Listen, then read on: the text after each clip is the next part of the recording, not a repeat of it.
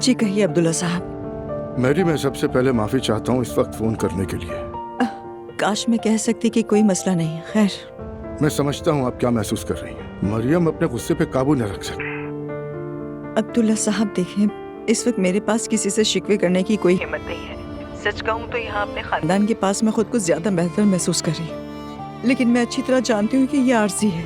ये मामला खत्म होते ही मैं आपको वापस ले आऊंगा। अब्दुल्ला साहब, मैं एलिफ से बहुत ज्यादा मायूस हो गई हूँ। देखिए तो वो जैसे मेरी अपनी बच्ची बन गई है। मुझे समझ नहीं आता ये हम कैसे संभालेंगे। आपकी जिंदगी काफी उथल पुथल हो गई है। आप नाराज हैं और आपका नाराज होना वजह है, लेकिन सोचिए जरा, एलिफ को आपकी इस वक्त कितनी जरूरत है। फिर बात करते हैं। आप ठीक है ना मैरी? हम ठीक हैं। मैं ठीक हूँ। एलिफ भी बहुत अच्छी है। अल्लाह का बहुत शुक्र है। चले, मैं कॉल करके एलिफ से मिलने आऊंगा। ठीक है अब्दुल्ला साहब, खुदा हाफिज।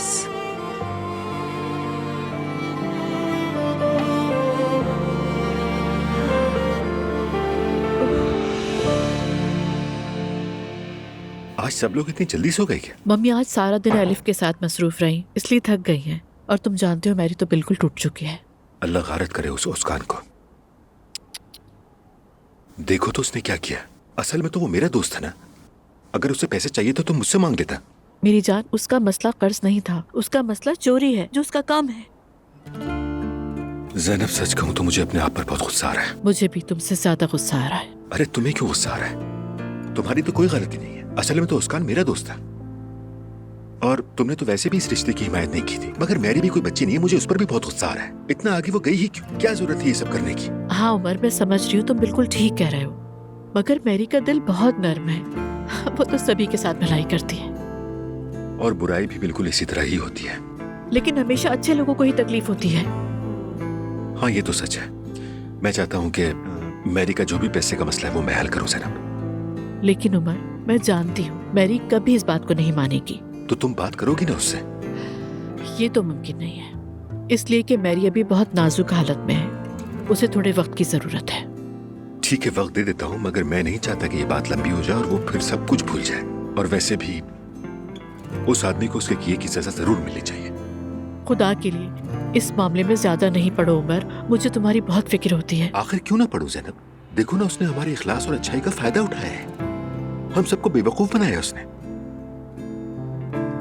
अब उसे उसकी सजा भी नहीं मिलनी चाहिए क्या? ये भी सही है। बेगैरत आदमी।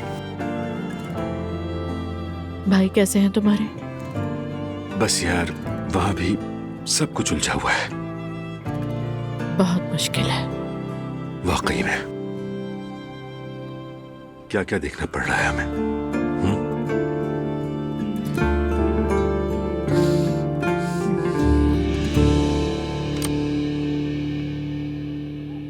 आ गई? हाँ आ गई। सॉरी जान, मैं थोड़ी लेट हो गई। अरे नहीं मेरी जान, क्या बात कर रही हो? दरअसल मुझे तुम्हारे साथ होना चाहिए था, मुझे ऐसा लगता है। नहीं, ऐसी कोई बात नहीं थी, वहां पर सब मौजूद थे। अम्मी कैसी हैं? बेहतर है ना? ठीक है। तुम्हें देखकर लग तो नहीं रहा। फराज, मैं बहुत गुस्से में हूँ इस वक्त।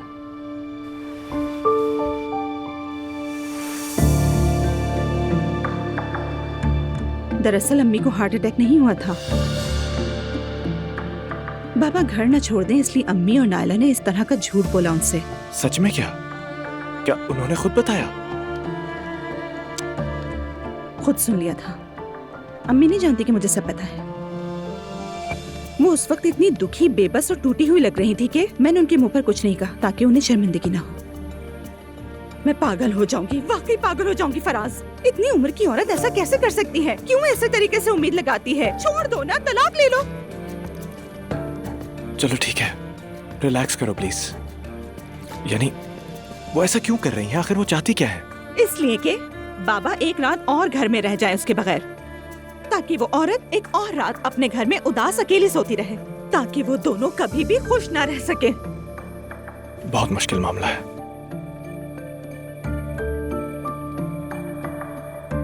अल्लाह किसी औरत को ऐसा दर्द ना दे।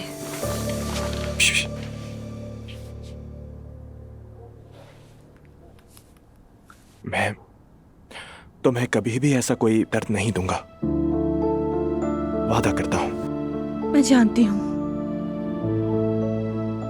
तुम मेरी जान हो।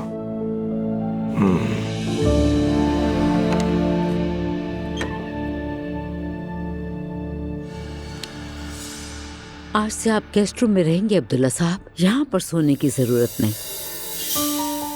मैं सोने नहीं, बस तुम्हें देखने आया था कि कैसी हो। कैसी हो सकती हूँ मैं? अपना सामान उठाएं और चले जाएं। ठीक है मरियम बेगम।